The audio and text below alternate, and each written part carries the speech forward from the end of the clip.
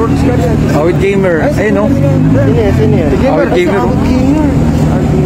Sports car oh. Si Awit to. Awit. Ay, saan pa paparkin?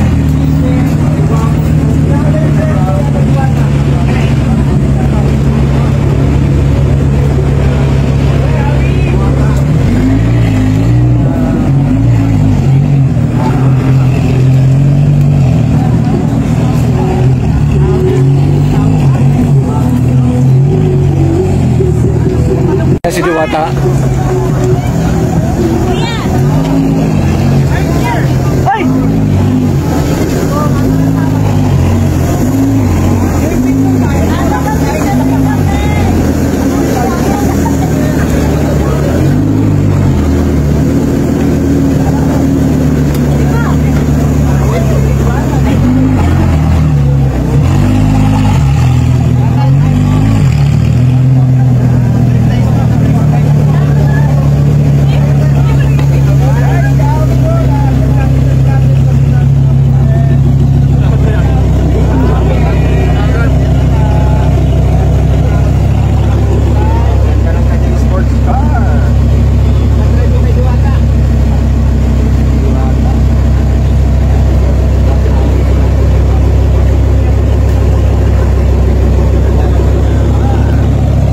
Lamborghini.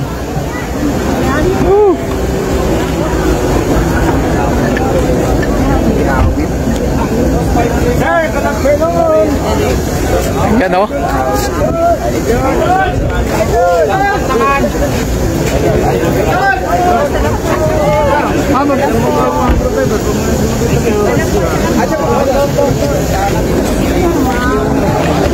Awit gamer, nandito na.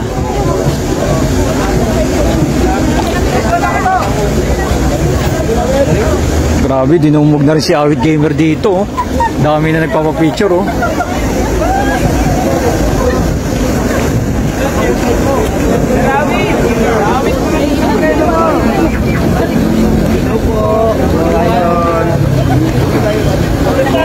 So yan, kasama natin dito sa likod kasi natin makapasok.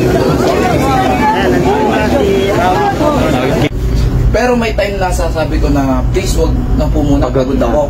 Kakatapos ko sumayaw, dudumugin ka. So, yung hingal mo, yung pagod mo, parang last lalo ka po, mahihimatay ka eh. So sabi ko please, di kaya may bodyguard tayo. Please, pamayahan niyo na palapitin yung tao. Siyempre, kapag nakapagpahinga na, o yan, okay na. So, ganun si Diwata. Paglabas dyan, pagtrabahuin nyo muna. After that, okay, saka nyo dumugin, di ba? Ganun lang naman yun, ganun na simple. Hindi na niya nagagampanan gaano yung pag-ano sa tindahan. Sa business. Akala kasi nung iba, madali mag-handle ng business. Oo. Sabayan po ng popularity niya. Oo, lalo na yung popularity. Sikat, grabe. Mula umaga, na-experience ko dito eh. Umaga pa lang. Wamos nga eh. Ato dance contest kami. Bumala ng sakyan. May hindi lang siya narinig. Siyempre lahat ng tao naka-video eh.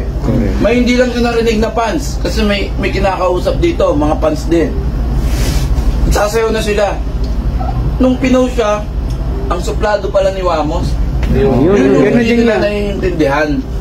Malay ba namin kung narinig namin to, may kausap kami dito. Diba? Tapos biglang sasayaw. Eh sasayaw na kami. So, sasabihin nung nag-post, ang suplado ni Wamos, ang pangit na ugali. So, hindi nila naintindihan yung personal na, yung mismo nangyari.